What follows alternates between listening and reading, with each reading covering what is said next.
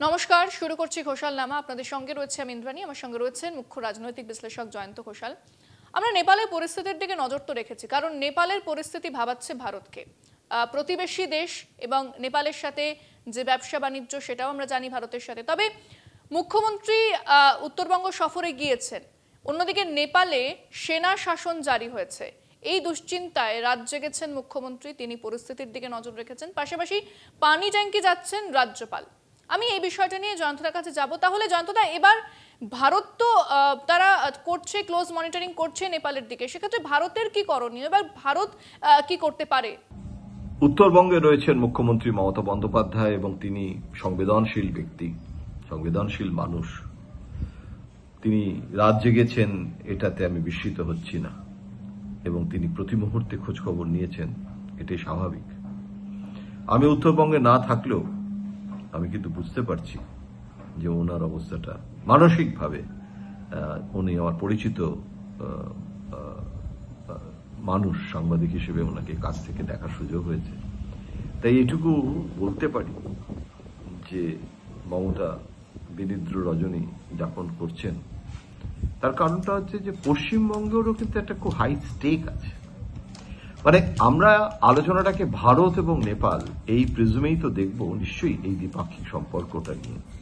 এবং আমরা চাইবো না যে নেপালের মতো একটা ভূখণ্ড সেটা মার্কিন যুক্তরাষ্ট্র আর চীনের দ্বৈরথের একটা কারণ হয়ে দাঁড়ায়, একটা প্রেক্ষাপট হয়ে দাঁড়ায়। একটা কথা কিন্তু না বলে পারছি না যে 2014 সালে নরেন্দ্র মোদী ক্ষমতায় এসেছেন, তারপরে কিন্তু এসেছেন নেপালের প্রধানমন্ত্রী ওলি 2015, এবং নরেন্দ্র মোদীর প্রথম থেকেই বেশ মনে আছে নেপাল যাত্রা নিয়ে একটা বিতর্ক হয়েছিল, এবং বারবার যেটা হয়েছে যে নেপালের যে নবীন প্রজন্ম নতুন নেপালের কথা ভাবছেন, অর্থনৈতিক গোলযোগ, সেখানে চাকরি নেই, মানুষের কর্মসংস্থানের অভাব, সেগুলোর দিকে ভারতের বিদেশ নীতির প্রেক্ষিতে সেইটাকে গুরুত্ব না দিয়ে হিন্দু রাষ্ট্র ভারত পৃথিবীর মধ্যে একমাত্র নেপাল, সুতরাং বিজেপির রাজনৈতিক হিন্দুত্বের কর্মসূচি যেহেতু আছে, সেহেতু নেপালের সমস্ত জনগণ দুহাত তুলে নৃত্য করে তারা সব হিন্দুত্ববাদী হয়ে যাবে, এই যে একটা মাইথোলজি তৈরি করা। এবং সব থেকে বেশি এক কদম দু কদম এগিয়ে গেছিলেন যোগী আদিত্যনাথ। গোরখপুরের সীমান্ত হচ্ছে নেপাল, এবং যোগী আদিত্যনাথ বারবার গিয়ে হিন্দু রাষ্ট্র, ওখানে যেহেতু শিবের পুজো হয়, ওখানে শিব মানে দুর্গা পুজো হয়, কালী পুজো হয়, হিন্দু রাষ্ট্র। কিন্তু হিন্দু রাষ্ট্রের তকমাটাই যে নেপালের একটা বিরাট জনসমাজ পরিত্যাগ করতে চাইছে এবং পরিত্যাগ তো করেছে। নেপাল আনুষ্ঠানিকভাবে হিন্দু রাষ্ট্র থাকতে চাইছে না, এবং যেটুকু আছে সেটাকেও মুছে ফেলে নতুন সংবিধান চাইছে নেপালের মানুষ। এবং সেই সংবিধান সেই নেহেরুর সময়কার ভারতের নিয়ন্ত্রিত নেপালের বিদেশ নীতি হতে চায় না নেপাল। এই মানসিকতা, অর্থাৎ এই দাদাগিরির মানসিকতা নিয়ে কিন্তু প্রতিবেশী রাষ্ট্রের যারা যারা করেছে, অতীতে কংগ্রেসও করেছে, এবং সেটা করতে গেলে বিপদ হয়েছে। বাংলাদেশে আমরা কি দেখলাম? বাংলাদেশকে বাংলাদেশের মতো করে সে একটা সার্বভৌম রাষ্ট্র। 71 সালে মুক্তিযুদ্ধে কি হয়েছিল সেই ঘিয়ের গন্ধ এখনো আপনারা মানে আর কি পাবেন এবং বলবেন, আহা সেই ঘিয়ের গন্ধ 71 সালের মুক্তিযুদ্ধ। আরে বাবা, বাংলাদেশের যে শেখ হাসিনার বিরুদ্ধেও জনমত তৈরি হয়েছে, মানুষের যে আর্থিক সংকট, সেগুলো সব ভুলে গিয়ে এখনো মুক্তিযোদ্ধাদের স্মৃতিকে উস্কে দিয়ে কি দেশ চালানো যায়? যায় না, সেটা বোঝা গেছে বাংলাদেশে। শুধু কুয়া এবং মানে গোটা জিনিসটা মানে আর কি ডিপ স্টেট, এসব তো ঠিক আছে, প্রত্যেকটারই একটা ভূমিকা আছে। কোনো আন্তর্জাতিক ঘনঘটা যখন হয়, অনেক মাল্টিপল রিজন থাকে, একটা কারণে হয় না। কিন্তু একটা মানে রোগীর যদি প্রতিরোধ ক্ষমতা কমে যায়, তখন বাইরে থেকে ভাইরাসের আক্রমণটা বেশি হয়। তিয়ানানমেন স্কোয়ারে যখন গুলি চলেছিল, তখন প্রকাশ কারাট বলেছিলেন ওই দুটো মশা ঢুকে পড়েছিল জানলাটা খুলতে গিয়ে, এবং সেই কারণে এত সমস্ত কাণ্ড।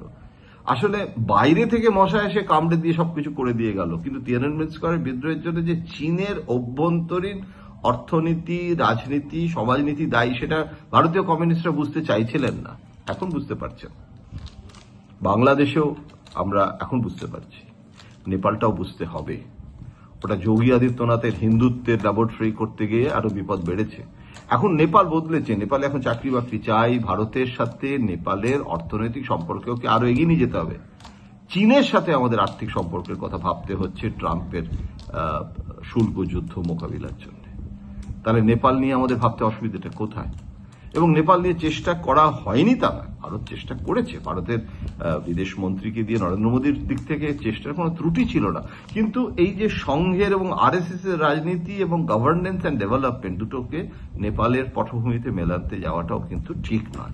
এখনো সময় আছে নেপালকে চীন এবং মার্কিন যুক্তরাষ্ট্রের দ্বৈরথের একটা পৃষ্ঠভূমি হয়ে যাওয়া থেকে ভারতকে চেষ্টা করতে হবে। এখানে ভারতের ভূমিকাটা খুবই মার্জিনাল হয়ে দাঁড়িয়েছে, যদিও আমরা সব থেকে গুরুত্বপূর্ণ প্রতিবেশী রাষ্ট্র।